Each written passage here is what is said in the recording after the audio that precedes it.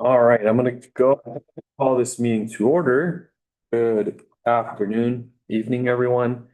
Go ahead and do the pledge of allegiance. Stand. Place your right hand over your heart. Ready, begin. I pledge allegiance to the flag of the United States of America and to the republic for which it stands, one nation, under God, indivisible, with liberty and justice for all. Thank you, everyone. Roll call, please. Director Quady. Here. Director McMillan. Yeah, it's not promoted yet. Okay. Director Pacala. Yes. Director Robert. Yes. Director Vila. Here. Director McMillan. She just got moved over. You should be there now. Director McMillan. Here. Thank you. Okay, next up, we have public comments. This portion of the agenda may be utilized by any member of the public to address the board of directors on any matter within the jurisdiction of the board that does not appear on the agenda, and on matters that are on the agenda but are not designated as action items. Depending on the subject matter, the board of directors will be unable to respond at this time or until a specific topic is placed on the agenda at a future Calleguas Municipal Water District board meeting. In accordance with the Ralph M. Brown Act, please limit remarks to 3 minutes. For the public, please raise your hand if you'd like to ask a question or comment. Public comment. Okay. Okay, I don't have anything, so moving on. Thank you, everyone. We have items to be added to the agenda. No. No items. Has everyone had time to review the agenda or would like anything to be moved? I did review the agenda. I have nothing to remove or add. Okay. Anybody else? Okay, we're all good. Moving on to presentations, we have none. Up next is a consent calendar. Has everybody had time to review the consent calendar, and would any board members like to pull anything up for questions or comments? Yeah, Mr. President, I do have comments and questions on 6A. I'm sorry, 6A, I was absent. 6B, 6C, and 6D. And staff does have a presentation for 6C. Okay, so let's start with 6C with staff presentation. All right, Tim Powers, our one of the senior project managers and our sole electrical engineer on staff, will be providing a bit of an overview on item C. Hello, Tim. Good evening. Thank you. I'm just waiting for the presentation to pull up here.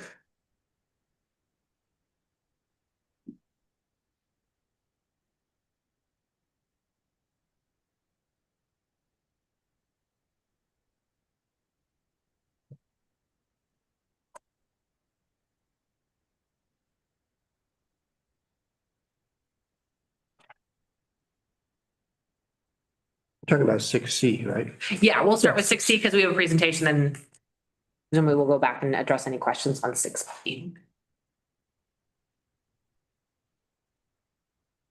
Just to begin, while they're pulling that up, this is about the Wellfield Solar and Battery Project that we are bringing here today as project 613, and the request for the capital budget allocation. Basically, I wanted to go over. Here we go. Excellent. The agenda for what I'll be discussing here this evening. Basically, the project objectives, a little bit of history and background on the solar project that we've been considering here at the district, what the opportunity we have ahead is, and the recommended actions and next steps. So, next slide, please. 2 slides. Yeah, one more, please. So, project objectives. Good. Does somebody have a clicker or do I? No, just you'll click through it? Okay, thank you. All right, so the project objectives is deliver reliable service in an environmentally and economically responsible manner. So we're gonna do this through the installation of this photovoltaic battery energy storage system. This will prevent outages from disrupting the facility under light loads, reducing the need for staff to mobilize and reset the facility. This system is diagrammed here in this slide, will provide basically backup power, resilient backup power for the well fields auxiliary loads, not for the actual pumps themselves, not for the motors, but certainly for the lights and the SCADA systems and the ventilation systems. In addition to that, this also improves just the overall resilience, strengthening the district's infrastructure, maintaining readiness for emergencies, earthquakes, wildfires, and certainly utility outages, which we've had several at that location. Next slide, please. So a little bit of history on what we have here is looking at solar in Calleguas. In 2016, we evaluated the installation of just a solar only or photovoltaic system only at the filtration plant. There was a considerable amount of interest in doing that. However, we were prevented from doing that because building out a solar system at our facility would have forced us to enter into a new interconnection agreement with Southern California Edison, nullifying an existing lucrative 20-year CREST agreement that was in place because of the hydro generator we have at the Caneo pump station. So it was shelved. In 2021, we began to reevaluate our options as far as photovoltaic systems, and we basically conducted study of all of the parcels that we have in fee and concluded that the well field number 2, along with Lake Bard, provided the most space and best opportunity to maximize the return on investment building a solar system. So the next year in 2022, Calleguas engaged with Terra Verde Energy. They are the Aqua's preferred energy consultant to assess the technical and financial feasibility of solar opportunities, both at the well field as well as at Lake Bard. Terra Verde prepared basically a pro forma cash analysis, as well as basically the capital outlay that would be required to build optimally sized photovoltaic and battery systems together. And Wellfield 2 was identified after that analysis as the best location for installing a solar-only system, cash purchased. We also evaluated whether a power purchase agreement would make sense in these analysis. In 2023, Calleguas approved the capital improvement project budget project for 613, authorizing Terra Verde Energy to prepare and submit a NEM 2, that's a net energy metering interconnection application with Southern California Edison. And we executed that agreement with Southern California Edison that year. The next year, however, we went to Terra Verde and asked them to conduct a second pro forma study to compare that contemplated system with a new system or a different system that was basically going to be interconnected to Southern California Edison through the new net billing tariff. And the reason we did this is there was a concern that the originally contemplated system would not be installed in time. Doing this analysis proved very, very interesting. Go ahead, keep going. There was basically a reduction in the payback time if we were to install a system that was solar and battery. It was reduced from 7 to 5.5 years. And this is because the battery qualified for a very lucrative equity resilience incentive in the SGIP program. And as much as $1 per watt hour, and these batteries are million watt hours. So it's a significant incentive. The SGIP funds remain available today, although the program is ending at the end of this year. Another thing that was an important detail that we learned about participation in this was there is a 5% application fee, also a refundable application fee, but a 5% application fee that's due right at the front end of it. Next slide, please. So recommended actions today. Approve the capital budget allocation of $4.7 million for the project for the construction of these two photovoltaic and battery energy systems, and approve the professional services by Terra Verde Energy in the amount of $146,520. These services will include the development, preparation, solicitation, management, and support of the procurement RFP for this system. This includes services as a owner's representative, basically not just during the RFP process and contract negotiations with the selected contractor, but also through construction. And then also the first year of asset management services. Once it's completed, there is a management of those warranty issues, things like that. So they provide those services as well. Next slide, please. So the next steps, what do we do from here? Well, Calleguas would submit the application fee and we would receive a conditional reservation letter from the SCHIP program. Terra Verde would prepare the RFP to solicit competitive proposals from potential energy service providers.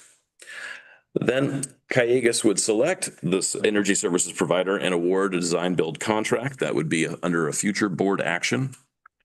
The energy service provider would complete the design and construction of the system.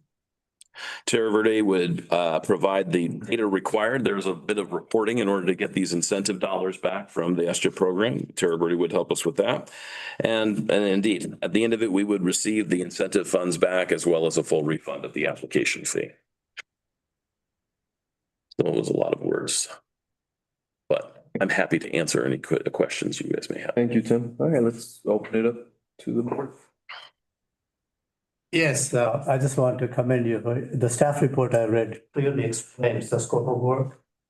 And also it shows the financial benefit. How we're able to get 5.5 years is a very good payback within 5 years. Very good project. I do have one question though.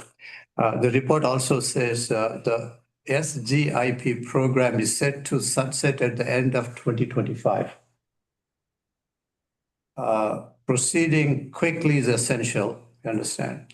Failure to secure the subsidy would significantly impact the project economics. My question is, we're almost November?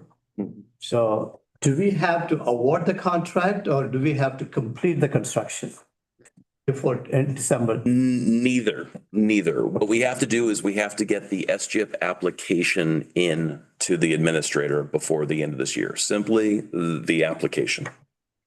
Okay, that wasn't clear when I read the report. Thank you for the clarification. Thank you, Director Pacala. Do we have other questions from the board? No, I just have a comment that I've been following Aqua and the Terra Verde's participation with them at a lot of the energy committee events, and they have been evolved into these scenarios where independent generation within your own operating space was such a financial positive as opposed to trying to go through all the obstacles of any other federal grants and systems. So I like the direction of this. Thank you. Okay, Director McMillan, Director Robert, do you have any questions or comments?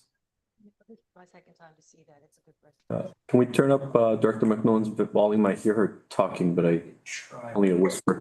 Is it my headset? It's your headset, yes. Okay, I can't hear you guys now. Oh, we hear you. Good. Okay, good. You're soft, but I can hear you. Go ahead. Oh, did you have any questions or comments? No. Okay. Okay, I'll make a motion that we approve the staff's recommendation. Okay. Let's do it as a slate Oh, for the consent calendar. Just real quick, I just wanted to thank our engineer for the presentation. this is the second time seeing it, and I appreciate going in such detail with the project and discussing the cost benefits and the future payoff. So I agree with this. Thanks. Thank you, Director Robert. All right, let's go. Thank you, Tim. Appreciate you. Thanks, Sam. Thank you very much. Let's go back to item B. Receive and affirm payment register for the district's activities from October 3rd, 2025 to November 5th, 2025. And questions from the board. I have several questions, but I'll hold off for other board members to ask questions before I ask. Director Quady. Okay, I had this for Dan at in the memo, we have a payments totaling 28 million. And I don't see the following reports totaling to that, so I was just asking about that.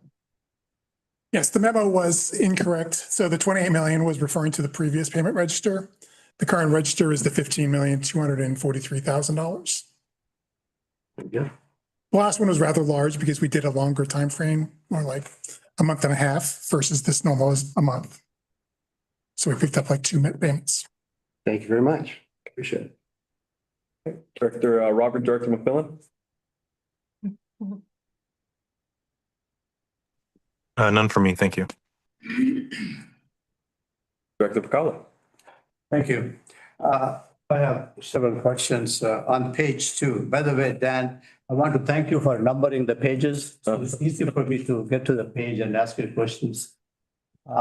On page number 2, a payment of $10,426.16 is listed for all connected for the replacement of Cisco phones.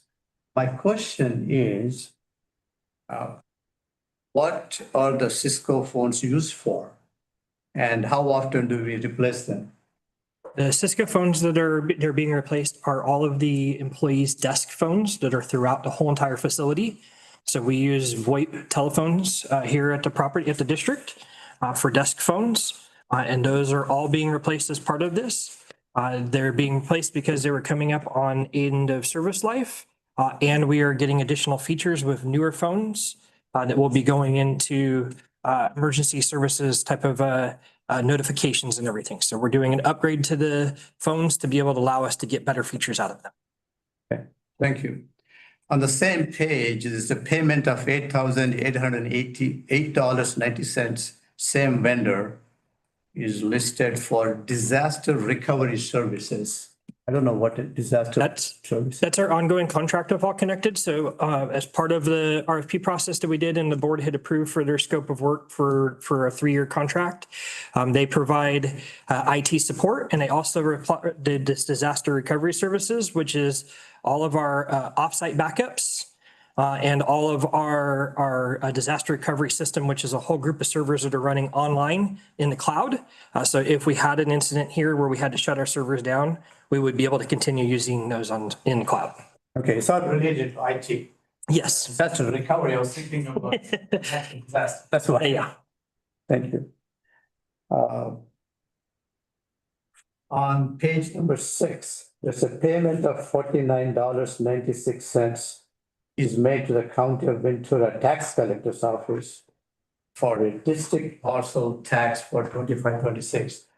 The question I have is, does Calleguas have only one parcel subject to property tax in Ventura County? Yes, we only have one parcel that is subject, because that one parcel is outside of our district boundary. And it's actually I think it's the Lake Sherwood tank. So when we built the tank, we built it just outside the district boundary. So because it's outside the boundary, we then have to pay property tax to Ventura County. You also may see one to the LA County. I was going to ask you a question on that too. So the LA County one we have to pay because it's not in Ventura County. It's also not in our district. It's East Portal. It's on the other side of the mountain, which is in LA County. And since we own that property, we have to pay property tax on that. So some facilities are located, I'm thinking in LA. We've really got 2 facilities. We've got the one East Portal, which is in LA County. Okay. And we got the Lake Sherwood tank, which is just located outside our service area in Ventura County. Okay, thank you. On page number 8, a payment of $1,262.25 for Fox Canyon Groundwater Management Agency. I understand that this is for pumping groundwater from ASR well field. My question though is, does Calleguas also pay any water master fee? We do not. So Calleguas does not pay a basin assessment to the water master because we do not have an allocation in the Las Cosas. Is there any administration fee for water master? Or it's only assessment fee? No, there's just a basin assessment fee. Yes, sir. Okay. Thank you.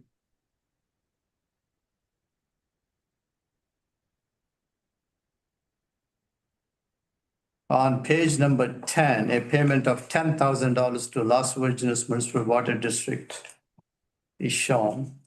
This is for Ocean Well Future Supply Action Study. I have several questions. What is the scope of work and the total cost for this project? So Las Virgenes is the leading agency with this. They partnered with us and Eastern, I believe, who's the other contributor. So Future Supply Actions is a program, metropolitan grant funded program. Okay. So they will grant funding to their member agencies for activities that basically kind of lay the groundwork for potential future water supplies. So in this case, they're doing the testing that Ocean Well is doing in Las Virgenes Reservoir, Okay. where they're putting the pod down and seeing how well it works and how often they need to clean it, is this study. The $10,000 is our entire contribution. I don't know offhand the total amount, but I can get that for you. That's fine. So how many participants are in this? It's us, Las Virgenes and Eastern. And then Metropolitan is funding it. I think they may have also got some other grant funding sources, but from the Future Supply Actions, you got bonus points if you had 3 member agencies. So we have 3. Okay. There are other entities participating in the overall Ocean Well effort, but only 3 of us in the Future Supply Action Study. When is the study going to be completed? Do you happen to know that, Ian? I do not know. So it started 6 months ago. Even a little bit longer than that ago, but the pod's been in the reservoir for most of 2025. The Future Supply Action funding application was made a couple years ago. And why Metropolitan, they're doing the billing now is just a Metropolitan thing. But I don't know how much longer the pod's going to be underwater. They've been collecting data and, ensuring mostly to see how it reacts and whether they have it's called a life safe program, which is supposed to screen all kinds of microscopic animals and plant life keep it out of the pod. So they've been testing that. That's been the point for the 9 months. I was under the impression that it probably had another 18 months before the first report was going to come out. Okay. The total study is almost 1.3 million. So they got $500,000 from Matt, then about 800,000 from other sources. Our contribution is the 10. And they have some additional, they either received or have other bureau funding. So I found the cost table. I'll look for the schedule. I think they gave us a file that's not searchable, which makes that a little more challenging. Thank you. I understand they're also doing testing in the ocean. That's not part of this. That is not part of this, but that is something that Ocean Well intends to undertake, and we are not, I don't think it's underway yet. Okay. And at this point, it is underway. Yeah. I know, as I understood from the event, that it'll follow. what's Yeah. going on in the They were trying to figure out whether they could permit it here or they might have to do it somewhere else. They've already done some with the Navy. The Navy has a ocean desal lab that I visited because it's a block away from my building I work. So I went down there, I talked to the guy and got to see all this technology and everything they're working on. He mentioned that Ocean Well had been by and they had tested some of his equipment. It looks like they're moving forward with their testing. Yeah, but the physical thing is actually going out and putting something in the ocean and then seeing what happens. Yeah, in the Navy Ocean Desal Lab has a a permit to discharge brine from something like this. I can't remember the size, but it's substantial for testing. And I thought they had already started testing some stuff. Their total schedule there appears to be about 21 months. Thank you all, thanks. Moving on, page 13, there's a payment of $35,516 to Toro Enterprise Incorporated. This is for electrical trench backfill for the mobile generators. My question is, was the electrical wiring previously above ground? Why are we undergrounding this? Yeah, so there wasn't electrical where we moved the generators to. So we had to excavate a trench. About 4 months ago, we came to the board and it was part of our MSR report. But we required it to have a slurry backfill and then compaction. So we contracted that part out. No, I see.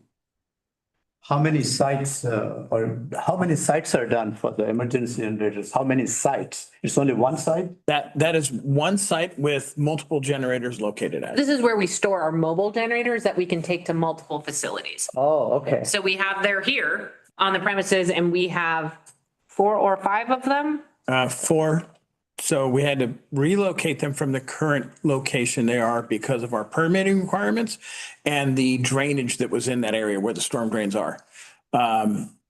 So we had to move them in an area that we didn't have the storm drain catch basins directly adjacent to them. And so we needed the electrical there so that we can keep the batteries charged. Batteries charged, keep the heaters on. Okay, and there was a good picture with that. There was, yes. All of that work is done at this site here. Correct. Thank you. Thank you. Well, that's all I have. All right. President, thank you. I have one. It's for Omar. I saw that we bought paint from Dunn Edwards. Wondering how's the corrosion preventative program going? Sorry to make you get up again. No, I need the exercise. It's going well. Obviously, these last few days with the weather kind of Yes. everything, but it still allows us to go out and start continue to evaluate the conditions of the district and what areas we're going to target. We have changed some of our specs to have a more marine industrial coating instead of the standard paint coatings, but it's progressing. Omar, might there be a good opportunity in the coming months to maybe have a brief presentation to the board on what progress has been made and what remains to be done? Yes. Great. We'll find an appropriate time for that. Thank you. Then you can see pictures. Yeah. All right. And with that, I believe Director McCauley, you mentioned D. You had some questions on item D, receive and affirm quarterly capital projects report from district activities through September 30, 2025. No, I do not have any comments or questions on item 6B.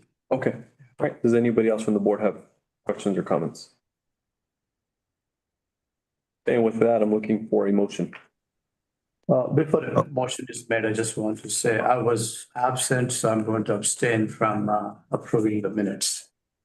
I'll make a motion. Okay, we have a first and a second. Okay, roll call, please. Director Quading? Yes. Director McMillan? Sorry, I went to get some water. Okay, is that yes? Yes. Okay, thank you. Director Pacala? Yes, except item 6A. Yes. Director Robert? Yes. Director Avila? Aye.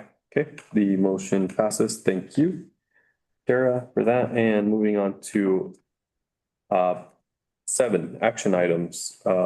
Discussion regarding resolution 2117, recognizing Devin Apadahay for his service to Metropolitan Water District of Southern California and its member agencies.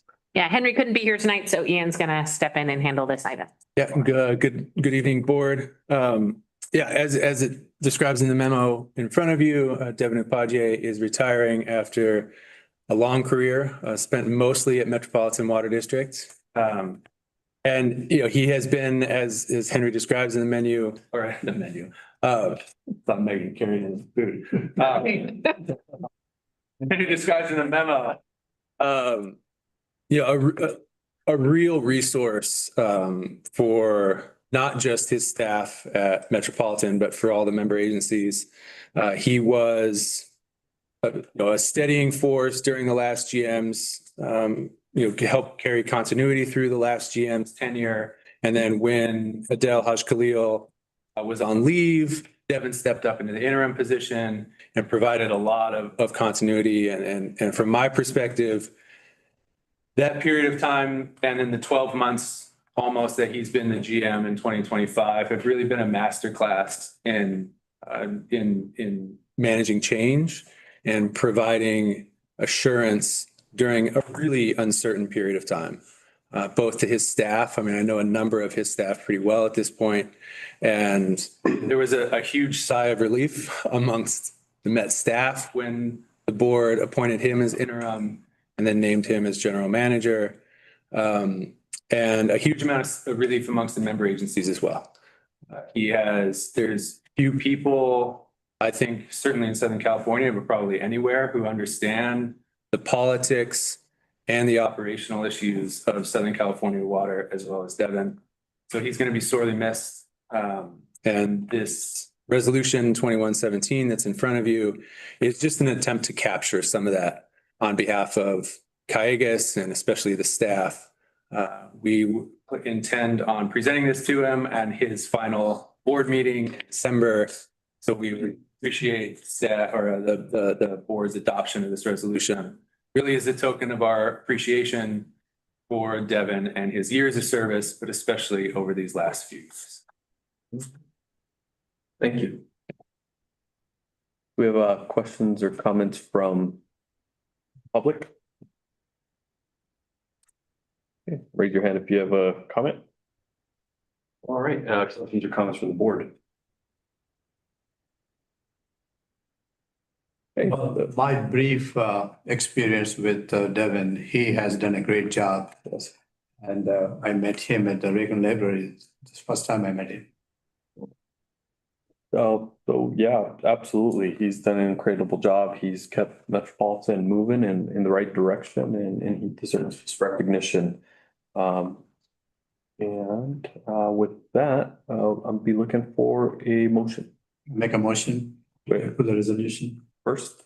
Do I have a Second. First and second. Okay, roll call, please. Director Quady? Aye. Director McMillan? Yes.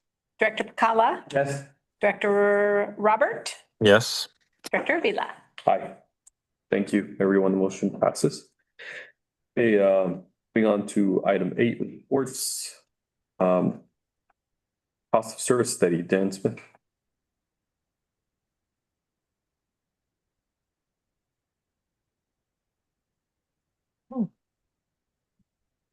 Hey, good evening, directors. Tonight, we're going to be kind of talking about the cost of service study. This is sort of our kickoff meeting with the board. We have been already working on this with Raftellus. So it's already been sort of ongoing. We've been gathering information, giving away financial numbers. We wanted to bring this to the board to kind of talk about the cost of service study in general, the goals of the objectives of the study, how the rate design works, and then have a discussion about fixed charges, as we had said we'd come back to the board with, and then kind of go over the next steps. So right now I'm going to introduce Jerry Tamargo. Yeah. To kind of go over Raftellus, give you an idea of who they are and what they're been doing. And then I will come in and talk about some of the other numbers, give you the good finance stuff. Thanks, Dan. Good evening, members of the board. Again, Jeremy Tamargo. I'm with the consulting firm Raftellus, who's assisting the district with the cost of service study, based locally here in Southern California. I also want to acknowledge Todd Cristiano, who's the project director, is virtually online with us here as well. We can't see his face, but I promise he's there. So just a quick brief overview on who is Raftellus. So it's a national consulting firm with over 190 consultants across the USA. We've assisted over 1,700 public agencies and utilities. I'm part of the finance team, but we have a lot of other subject matter experts in the strategic planning area, both executive services as well as strategic or the facilitation part, communication experts, organization, technology, services, as well as stormwater services. As Dan mentioned, we're kind of at the kickoff stage here of things in the study. So just a high level of the goals and objectives of the study. So number one is rate revenues that are sufficient to meet the operating expenses, debt service requirements, as well as capital expenditures. One of the things that we want to balance is, of course, funding those necessary and needed capital projects while minimizing the revenue increases needed. Of course, we want to maintain those target reserve levels and the debt service coverage levels. And as with any rate study, we want rates that equitably recover the cost to provide that service to the retail purveyors and to meet the district's objectives. So there are many challenges across the state of California, but also nationally in terms of what water utilities are facing today. So inflationary pressures, so the same inflation that we are facing in our day-to-day budgets are being faced by water utilities, and even more so. So that is one thing that water utilities are not immune from those same cost increases. There are increasing regulatory requirements that must be addressed. There is in general a rate increase fatigue we're seeing across the state. Just the public doesn't want to see rates going up, right? Climate shift, so the impacts of a changing climate on how water is supplied to customers. There's uncertainty in terms of future borrowing terms and assumptions in terms of how that impacts any future planned debt obligations for utilities. And then there's also, similar to the inflation piece, but there's just the increasing capital costs that we're seeing to address aging infrastructure. So all of those things go into informing the financial plan that I'll talk about here. So in terms of conducting a cost of service study, there are three pieces. So the first is the financial plan. Simply put, what amount of revenue is required by the utility? The second piece is what's called the cost allocation, where costs are distributed proportionally to users. With my kids, I use the pizza pie example, right? So you have a pizza pie. If one of my son eats 2 slices, right? Not that I'm going to make him pay for the slices, but he should be paying the cost appropriate to the usage of that pizza pie. Same thing with a water utility. And then finally, the rate design piece is to make sure the rates ensure fairness in terms of that cost recovery from the users. So step one, and this is what the Raftelis team and Dan are embarking on first, is the financial planning process. And so that the overall goal is what revenue is required to meet expenditures. So the first piece, we look at the current rate revenues as well as any other operating revenues as well. So things like taxes or interest accumulated, as well as the loan proceeds. So those are your revenue sources, so what's coming in. And then we look at the expenditures. So things that include in the expenditures are your cost of water, your operating expenses, your capital projects, and your debt service. So that's the delta, the in minus the out. But also it's important, just like with your home budget, you don't want to be operating just right at the break-even point. So we look at those reserve levels as well as the coverage ratios to make sure you're covering on your debt. So all of those go into building that first piece, which is that multi-year financial plan for the water utility. The next piece is what we call the cost of service. And so on this slide, I'm not going to go in detail through all of the cost centers, but the big takeaway here, because Dan's going to talk a little bit more in detail on the revenue side of things. Once we determine what that revenue requirement is, then we are allocating that amongst the recovery centers. So the first 3 there, the tier 1 supply rate, the operating surcharge and the capital surcharge, the important thing to take home that is what's known as a variable rate. So the amount of revenue coming back to the district is based on the amount of water that is purchased. Readiness to serve charge and capacity charge, those are other revenue streams for the district, but those are what's known as fixed charges. So those do not vary based on the amount of acre feet sold. Another example of a variable revenue stream is the conveyance charge or the wheeling rate. So that's just to kind of set the stage here in terms of there are revenue streams that are variable based on water sold, and then there are fixed revenue streams as well for the district. And with that, I'm going to turn it over to Dan to go through the numbers. Yeah, so one of the main things that want to get out of here today is really kind of talk about the fixed charge. So I'm going to start going over the fixed versus variable. What we have is fixed revenues versus fixed costs, and kind of comparing the two and showing you where we're at. One of the things you're noticing that we didn't really even have the SMP up there.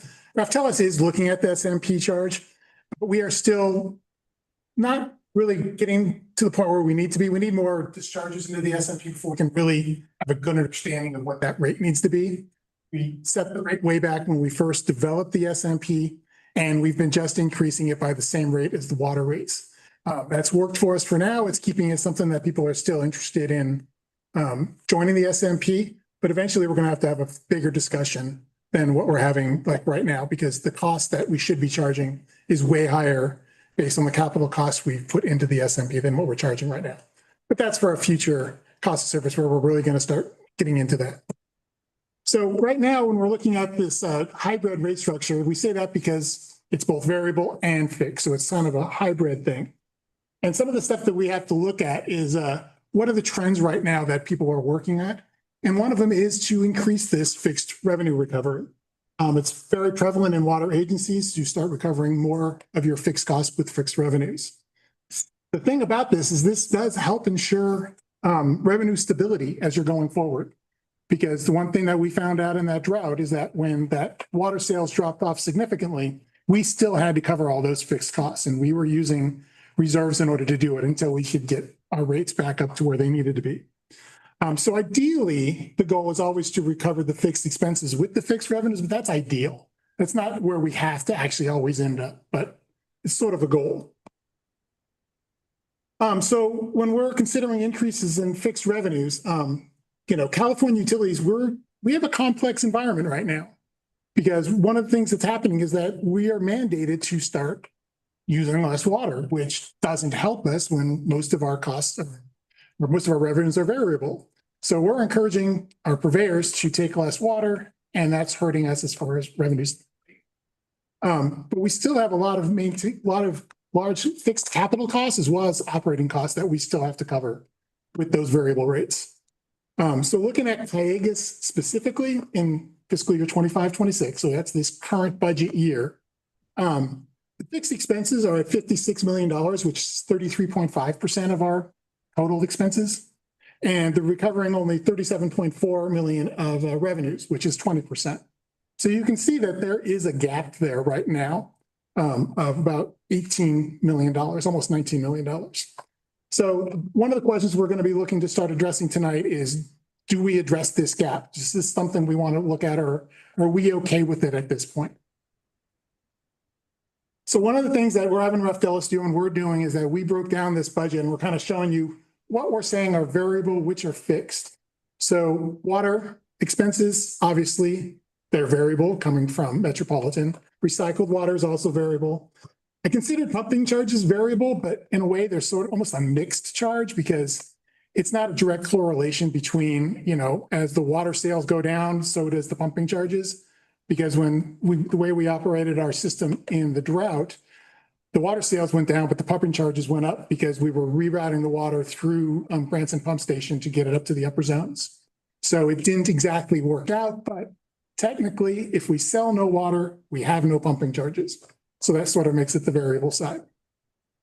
Of course, all of the administrative expenses are considered fixed. When I say that, that's salary, benefits, consulting, legal, insurance, that's all considered fixed expenses. And then debt service is also considered a fixed charge.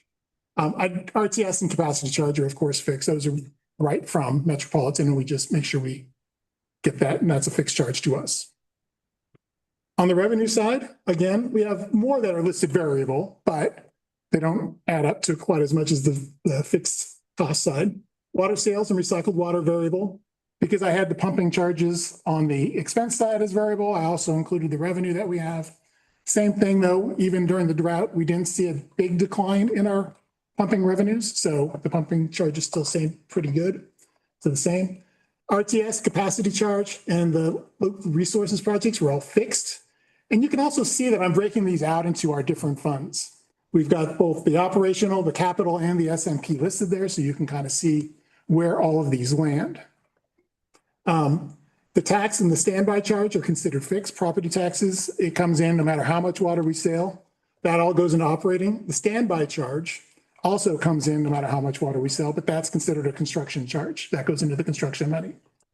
And then investment earnings is split right between the two, because the construction money is where all the funds are, all the cash is.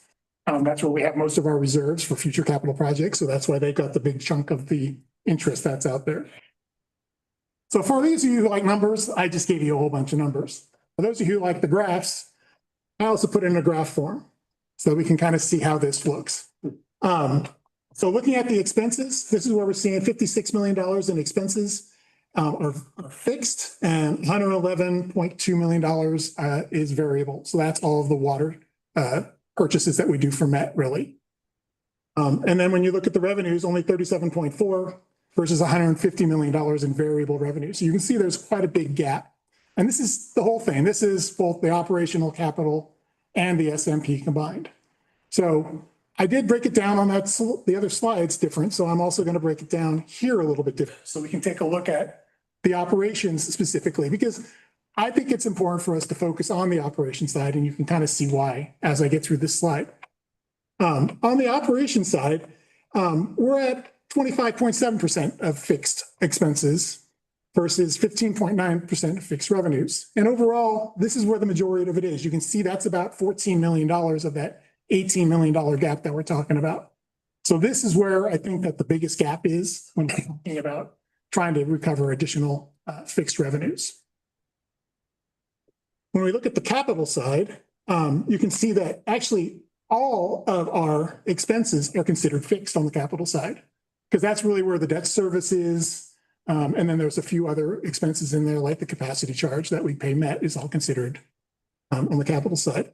But we do have $13.3 million in fixed revenues as well, which is 37.7%. So we almost have the fixed cost covered on the capital side. That gap's only $4 million. And you can see we've got plenty of extra variable revenue to cover any shortfall that comes up in that one. So capital is really pretty covered. So I'm going to be focusing mostly on the operating side when we start talking about this. So I also wanted to kind of show you kind of where we compare to other agencies. I did get this information more from Raftellus. This isn't something I came up with, but I'll share it with you. So on the fixed charges side, you see a lot of them trying to be between the 30% and 55% range. For the charges, that's the revenues. And we're, only at like the 20% range. So we do fall a little bit short on that side. In the variable charges, we're a little bit on the high side on the variable. But one thing is, that gets a little skewed when you're talking about a lot of retail agencies, because retail agencies do have a lot more fixed charges typically when they're doing the water sales. So when they're charging their customers, because they have a lot more individual customers, easier for them to do a little bit of fixed charge, and it's not as much variable. So you see higher fixed revenues on the retail side. The only real one that I have for the wholesale side, we look at Metropolitan, and they're like totally flopped. They've got this huge fixed expense with very little fixed revenue. So they're all variable. So they're a lot the opposite way. So I don't really have any other examples of wholesale agencies, because there aren't that many that are just strictly wholesale. Most of them are a combination of wholesale and retail is what we find out there.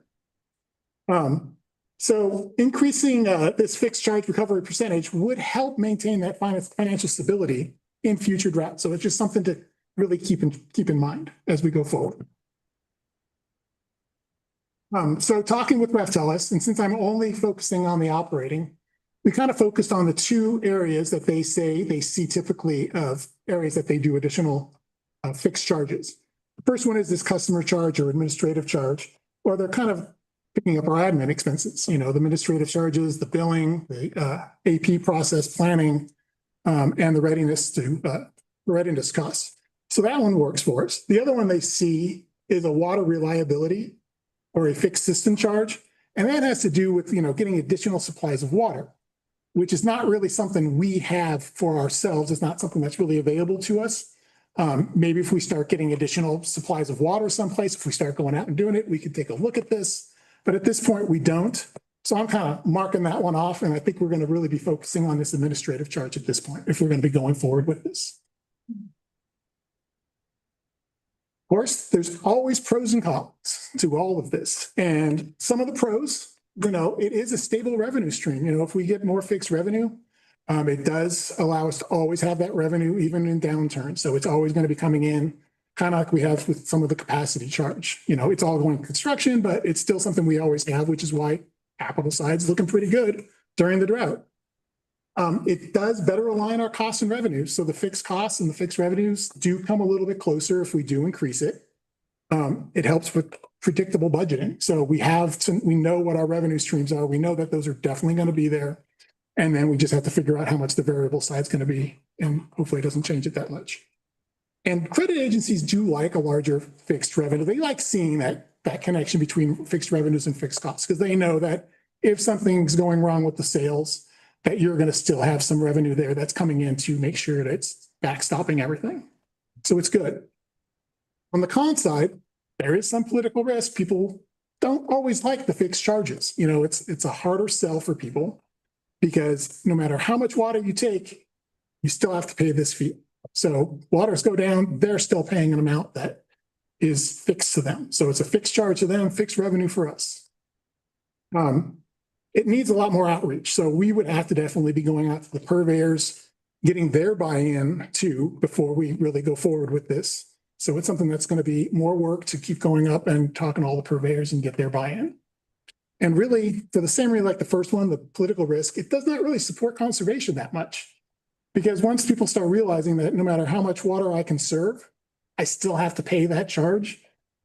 It's kind of going against the conservation, because they're like, why conserve if I still have to pay the fee? So it's just something to consider with the pros and the cons as we go forward. So I'm going to kind of have Jeremy go through this slide. This is where we're going to start having the board discussion. So that, and this is just a discussion. This is not something, you know, once we come out of this, whatever we come out, we're going to start taking a look at it. If we decide not to do it, then we can go from there. If we decide to go forward, here's some questions for us to ask. And I left the graph up there of the operating, because again, that's the one I want us to focus on. That's why I was thinking pizza pie, that all your graphs here, Dan. So Yeah, I know. That was the example there, the slices. So yeah, thank you, Dan. Really, so the first question for discussion that we're coming to the board is in terms of direction on yes or no. Is this something that the board would like Raftellus district staff to look into in terms of this administrative fixed charge? So that's a yes or no, a binary. And if yes, the question then is, as you see on the operating side, there is currently a gap, right, in terms of the current fixed revenue compared to the fixed operating expenses. And so there's two ways to go about this. It could be a target dollar amount, right? So say increase by 4 million, 6 million, right? To get that gap closer, you don't have to go all the way. Or is it a percentage, right? Would we like to be at, instead of currently the 15.9%, would we like to be at 20%, right? So those are the questions that we are looking for in terms of feedback, and welcome the discussion. I know, Dan, we did want to point out too, it's not if we could also look at a phased in approach as well too, so it's not like with this study, we have to go straight to 20% or even 25, right? So there are ways to also phase this in over time if there is a desire from the board to start incorporating this fixed charge. With that. Let's open it to the board for some discussion. All right, thank you. And with that, we'll start here in the room. Director Quady, Director Pacala, would one of you like to begin? Okay, well, I'll just say, so we're not a for-profit organization, so we still like to cover our costs. I just think on a new administrative fixed charge, I like your idea about phasing. I wish there was a fixed target. There obviously isn't, but if there is some way to float with that change, then we could have a percentage. So I would like to see a slow but methodical and very well thought out way to get to a reasonable fixed charge forecast based on what you're what you're talking about in terms of operating revenues and expenses. So I would, to me, if it was simple, that it would be nice to have some fixed number and you'd had a scope of 10, 15, 20 years. You come down, you step down through that. I know it's not that simple, but it is conceptually what I'd like to see. Because most customers then would understand that, I think. So you're saying yes to a fixed charge and that you would like to see us start increasing it, like come up with a number and then start increasing it over 5, 10 years. So we get to a certain percentage. And in some sort of way, incorporating, in fact, obviously, if there's inflationary pressure too, right? You have all those other factors. Sure. So one of the things I see is us tying it to some of those costs that are in the administrative expenses. We'll have to figure out which costs will be recovering. Mm-hmm. And then as those go up, so will the amount. Yeah, and we will have to stand up to those particular charge points as being completely basis for what our phase-in approach is for another 15 years, 10 years, whatever. Director Pacala? Dan, what are our current percentages? If you look at the current budget, fixed and variable, as for the Overall, or let's just talk operating. only So operation. you can see right now, for the expense side, 74.3% of our expenses are variable, 25.7% are fixed. This is our current. That is the current budget, fiscal year 25-26 operating expenses. So these are current numbers. I went through the budget and divided it out so we could put up these graphs. And so that's why this year, there's a $14 million gap between the expenses, the fixed expenses and the fixed revenues. Well, there was a question about should we use percentages or actual dollar amounts? My preference would be dollar amount because dollar amount changes based on the staffing you have. We have other variables. If you go by percentages, I don't think that's. So it sort of works the same both ways. If you said, hey, I'd like to see our fixed revenues at 20%. So every time the budget increases, so like right now it's 187 million in revenues and we want to get to 20% of that, that's $6 million. Next year, it's $190 million. So then we're looking, how do we get to that 20% or thereabouts? I mean, realistically, I think we're going to have to tie certain expenses to this fixed charge so that when those go up, that's what's going to be going up on the revenue side. That's what we're going to be looking to collect. So, I mean, if we get to something like 6 million now, it may not be a direct correlation to the 20%. It's going to be based on actual costs. We've got to base it on something. So right now, we're just setting the groundwork to give us some ideas of where we should be going. So that we know, yes, fixed charge, yes, let's try to aim at 20%. Let's see what we get. And then how we're gonna allocate it. See, these are other questions we're gonna have to be doing after we get some direction from the board. And then have to come back. Well, certainly we need to have more fixed charges than what we have today. That's given. The question is whether you want to go halfway now or go 10 years. You talked about 10-year. That's Yes, we be, in my opinion, that's going to be too long. Okay, I mean, that's fine. I mean, we can do 5, we can do 4, we can. We're just looking for what the board would like to sort of agree on to give us direction to start trying to develop something. In 10 years, that's possibly 2 droughts that, drain the savings, and then your increasing rates are gonna make up for it. But the advantage of times is to avoid the light. But the cost is gonna be the same at the end of the day, right? You're just getting more guaranteed revenue in those years where you're having to conserve water. But cities like Simi Valley, for example, where $85 a month is already fixed charge, those retailers are already receiving those fixed charges, but we're not. So we're just not getting that pass through. Yeah. My thought is to have maybe 4 or 5 year instead of long period of time. Okay. Is a shorter payback. And I was just going to chime in there. Who's to say it's linear, right? It can be a ramp up or ramp down depending on, discussion with the purveyors. I was going to chime in and just say, there's obviously going to be a sweet spot. It's apparent that we're under,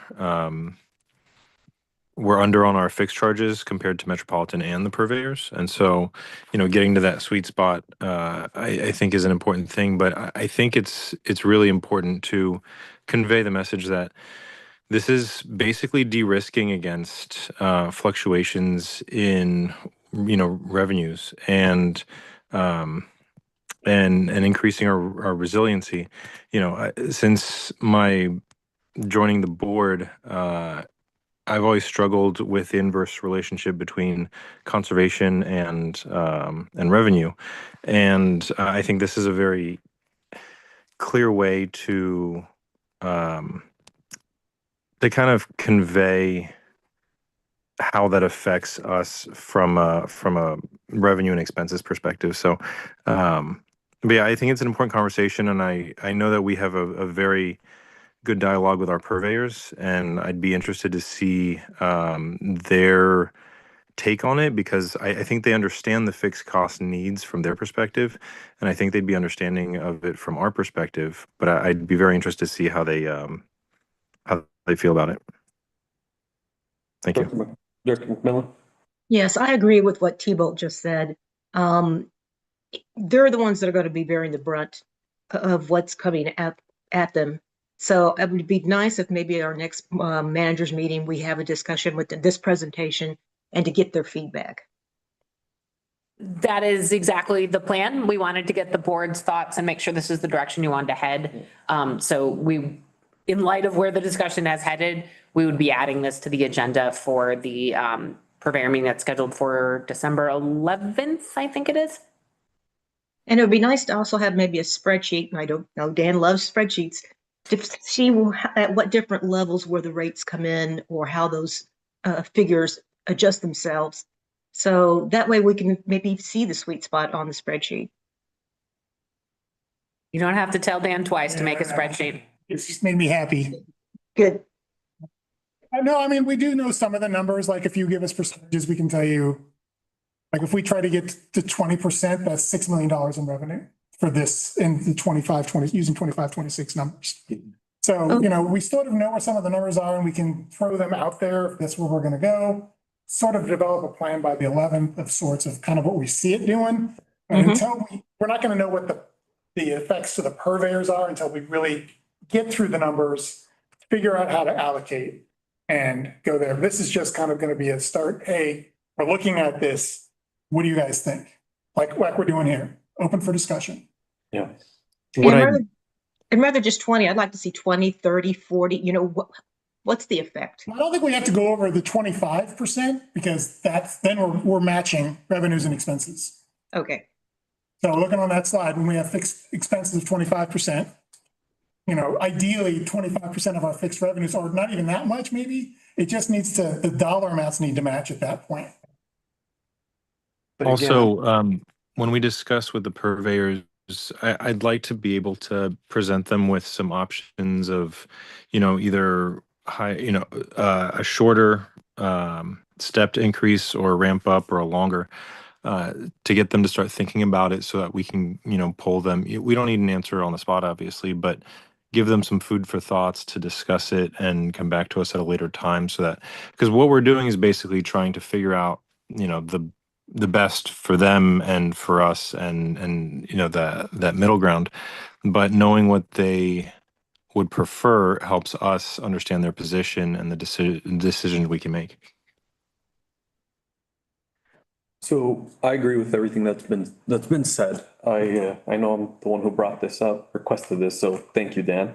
I am leaning somewhere towards the 25.7% range. I think that's fair to recover our costs, just like the purveyors do. Purveyors do the same thing. I think it's fair for us to do it and have that steady increase income. With that being said, it's the cost of doing service, whether, you live in Port Hueneme and Oxnard or you live in Simi Valley, it costs us to get you that water there, and that income should be coming in no matter where you live, but no matter how much water you use. Our system is there to support you.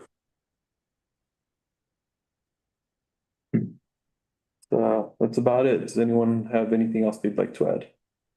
Les Nichols? well, I just want to say my involvement with like some of the CUWCC stuff several years ago, you got a sense of what municipalities were doing.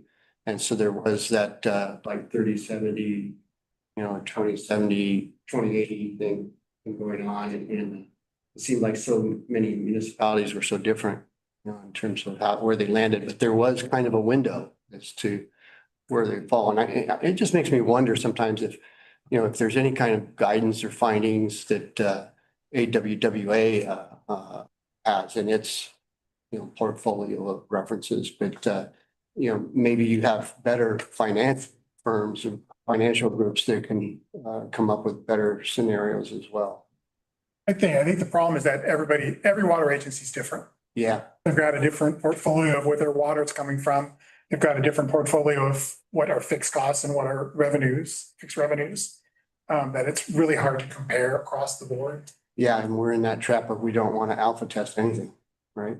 I mean, we'll talk with the purveyors and see what their appetite is for fixed charges and bring that back to you. That sounds good. To let you know where they kind of find. I mean, most of you will probably be there anyways, listening. I know I have to miss that one. Okay. So Okay, so takeaway is yes, fixed charge. Figure out a good percentage somewhere, I'd say between 20-25%. I don't know if we need to go to 25, because I think it'd be less than that, even just the dollar amount side. I don't know if we want to get exactly, because then I hate to be showing them, hey, we're going to recover more in fixed revenue than we have in fixed charges in some years. So there is a sweet spot in there. I think we need to kind of find that.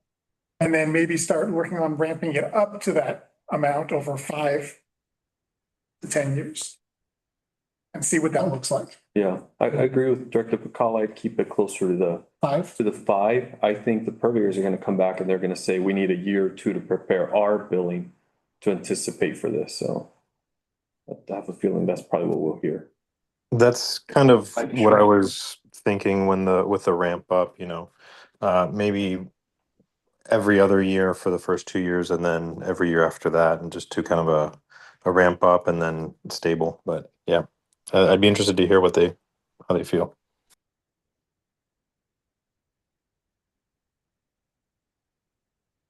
Okay. Thank you, Dan. Thank you, staff.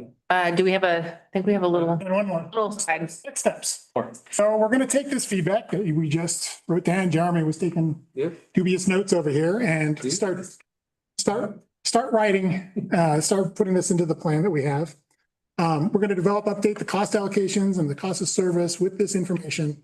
So we are going to say it's already on the next steps, take it to the purveyors in December and have discussion with them, kind of like we're having right here. And then the plan is really to bring it back to the finance committee sometime in spring to kind of bring some of this stuff together. It's a good place for this to land since it is really all finance related, just to kind of give you an update of where we're at. And then go with board adoption in April, kind of about the same time as we adopt the rates for 2027, because that's when it's going to be becoming necessary to at least get it in there and get it adopted at the same time. That's all I have for this presentation. Thank you, Jeremy. Thank you, Dan. Thank you. Appreciate the invitation tonight. And thanks for all the feedback with my previous or Dubia. Yes. Thank you, everyone. Thank you. Hey, item 2 is October 2025 water use and sales, September 2025 hydropower generation. Dan, Let me switch presentations here. welcome back. Yes, good to be back. All right, here we go with the water use and sales, power generation and investment report. This is summer report. So we did not have a really great October. We were short by almost 1,000 acre feet for water sales. We did get rain in October, which it is the beginning of the rainy season, but typically we don't see that much rain. And it was cooler, so we undersold. So overall for the year, we should be around 31,200 acre feet, 300 acre feet, but we're at 29,785. So we are falling short of our revenue projections at this point. And we'll see how this goes. If the rain keeps up, I think this is going to continue to go down, but I never know. It's supposed to be, I don't know how this is supposed to be anymore. Drier, wetter. They say El Nino, but then they say that's drier down south. So, and it's raining a lot. So I don't know. Another rainstorm coming tomorrow. Yeah. So looking at the budget to the sales, you can see that for the first 2 months, we were looking pretty good, but the last two, the sales have been short.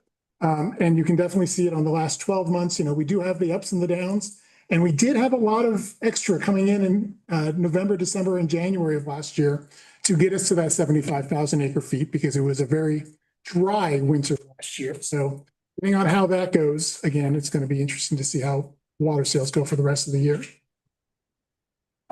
Looking at the Met bill, you can see that we had total water sales of $8.8 million. We did put $186,000 worth of water storage. We have that reconciliation adjustment to get to the total water purchased for Metropolitan. We have the CRC and the RTS, which are fixed charges from Met.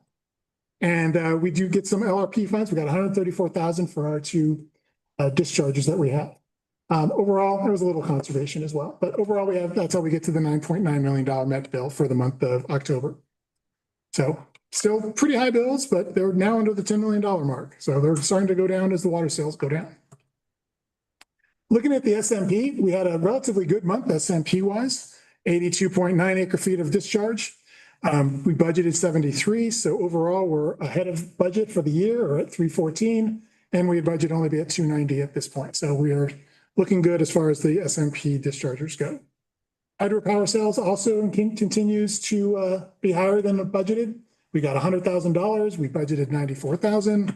So for the year, we're about $15,000 over budget. So that's looking better than we have in the last few years. So overall, just kind of looking at the revenues, we brought in $12 million to bring our year-to-date total to $50.4 million for water sales. We're at 38.3% of the budget, and because we've been short the last 2 months, we should have been closer to 40%, so we're a couple percentages below where we thought we'd be. Recycled water sales continues to be higher than expected. We're at 76.4%. Typically, we're at 50% of our total revenues at this point. SMP and power generation are above where we thought they'd be, like I was just pointing out, the SMP discharge and the hydro generation collection. So we're looking good on those two revenues. Looks like we're going to do good on budget. And then finally, looking at the cash, we just about broke even cash wise for the month.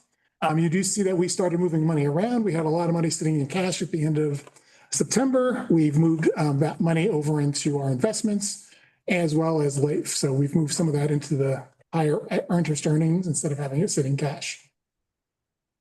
That is all I have for water use and sales. Thank you, Dan. Questions from the board? No, I just have a comment that the hydropower generation thing, it's kind of something that, of course, I watched it for a while and so many times we've had them down to repair or due to flaws or not operating very well. And so now to see a turn like this, it's a very. So, and we're just about to get into the time where we do start shutting them down for repairs, because we do that in the winter time. Because that's when the flows are the lowest and we get the least amount of revenue anyways. So that's when we really do our maintenance there. And it seemed to me like we had a lot of that. Yeah, we sometimes, some years are more than others. So it kind of rotates, and Omar can tell you this, that, depending on what year it is in the maintenance cycle, depends on how much work they do to keep them maintained. Glad to see the direction. Yeah, me too. Any other questions or comments from the board? Okay, thank you, Dan. Thanks, Dan. Do we have a general council report? Nothing specific. I'll just be, I'm not sure who's going to Aqua, but I'll be there. With all the attendees, I will be attending the Legal Affairs Committee meeting on behalf of the district. And also, if you are not going to any committee meeting early Tuesday morning, there'll be an Aqua JPIA presentation on risk transfer, and I will be one of the panelists. Oh, great. We've seen you do that once before. Yes. And it was very good. Just when I thought I was out, JPIA pulled me back in. So, yeah. Thank you, Walt. Yeah. Okay, moving on to committee meeting reports. Do you have any? Yes, we had a water supply storage and partnership development committee meeting. Yes, yesterday we had a committee meeting and there were some staff recommendations. I think our general manager to tell us what the summary of the meeting was. Sure. We talked about the regional desalter optimization study. We received 3 proposals in response to the request for proposals. All were outstanding.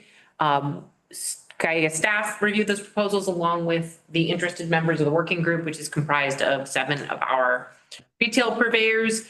A recommendation for initiating negotiations with the preferred consultant was made to the committee, and the committee concurred with that recommendation. So those negotiations are underway, and there'll be a future agenda item for board to award the actual contract down the line, or authorize the work, I should say. All right, anything else? Committees, questions or comments? Nothing. Okay, board member reports, Aqua Region 8. Okay, I attended the Region 8, 9, 10 event. It was really great in Irvine. And they had Jeffrey Keitlinger talk, which was really interesting the way he did it, because he started from the Laguna on what the current situation appears to be from his vantage point after all those years of his service at MWD. And he's currently now a consultant.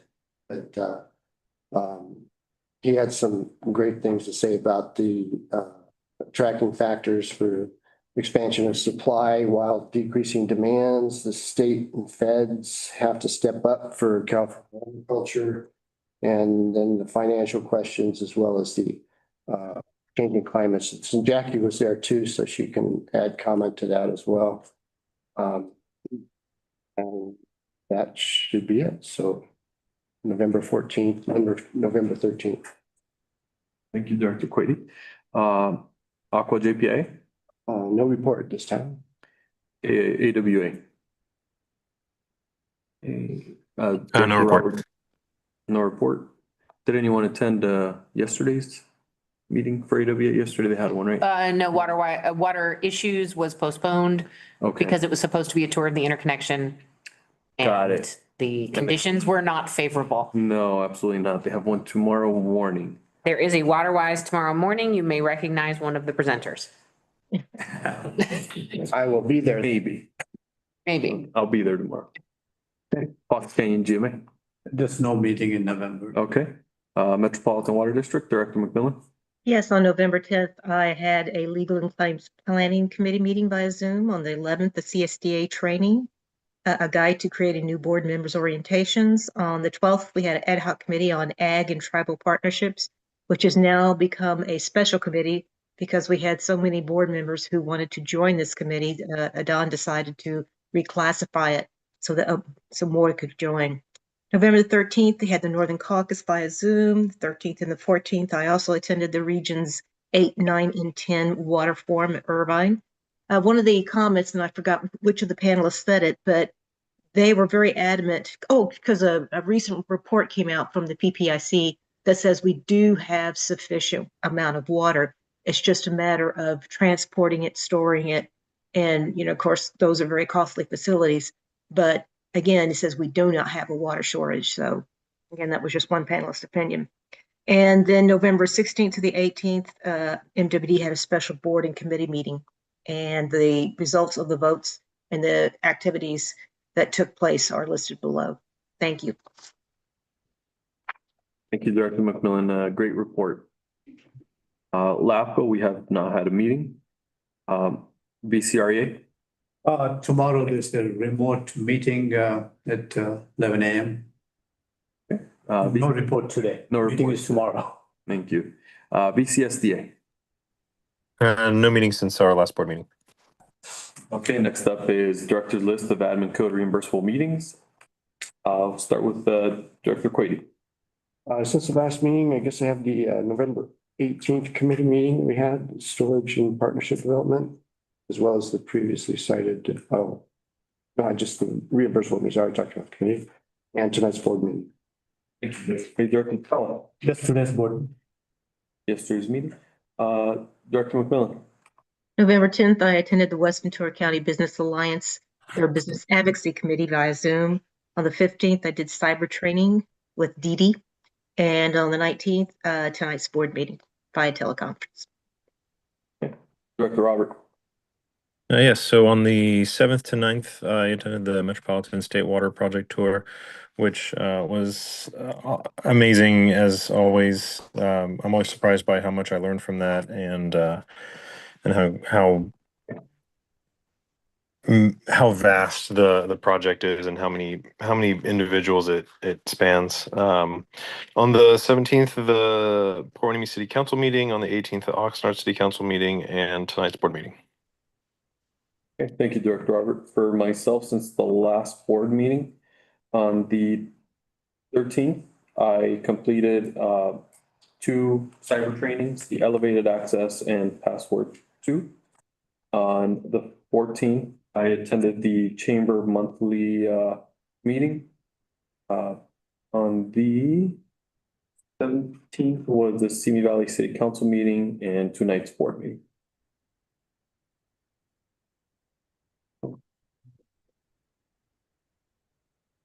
Next, we have a discussion regarding upcoming meetings to be attended by board members. I could just note, as we already discussed, the water issues tour of the interconnection was postponed due to weather. It will be rescheduled. That date has not yet been identified. And similarly, the joint board tour we were going to do with Las Virgenes on this Friday, there is more rain forecast. We have postponed that as well, and it will be rescheduled at a later date to be determined. Okay. Thank you. Anything else by board members? Nothing to add. We have a request for future agenda items. Okay. Board member comments. Information items. Tonight. Do we have a need for closed session? We do. All right. And with that, I am closing the open session and opening closed session.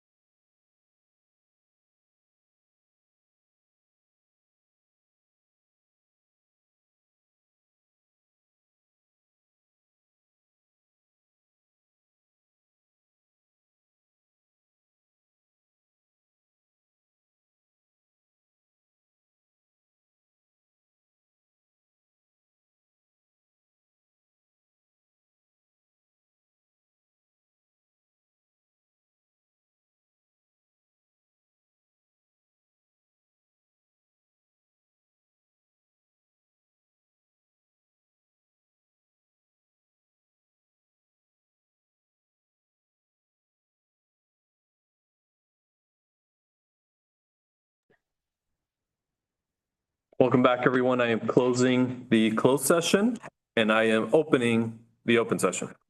And the closed session report is the board voted 5-0 to reject a claim tendered by Kiewit on October 8th, 2025. Okay, thank you, council. All right, and with that, we are adjourned.